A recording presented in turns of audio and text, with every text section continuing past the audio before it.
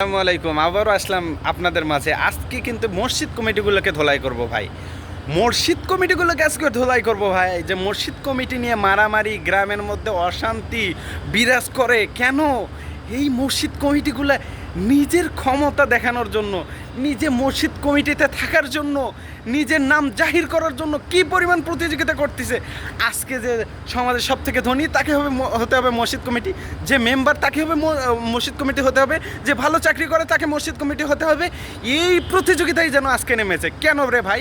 আপনি মসজিদ কমিটি হওয়ার যোগ্যতা রাখেন? আপনি কি জানেন মসজিদ কমিটি কাদের হতে হবে?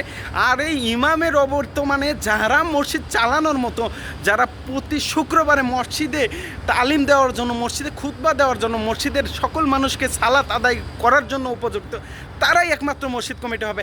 আপনি কেন মসজিদ কমিটি আসতেন? আরে আপনি তো সূরা ফাতিহা ঠিক মতো জানেন না, আপনি তো নামাজের ঠিক মতো জানেন না, আপনার স্ত্রী বেপর্দায় চলে, আপনি ঘুষ খান, সুদের সাথে জড়িত, আপনি কেন মসজিদ কমিটিতে? হ্যাঁ, আপনি যদি মসজিদ কমিটিতে থেকে কালকেই যদি আপনি মসজিদ কমিটি থেকে না চলে যান, তাহলে আল্লাহর কাছে বিচার দিলাম, আপনার ক্ষমা কিন্তু সহজে হবে না ইনশাল্লাহ।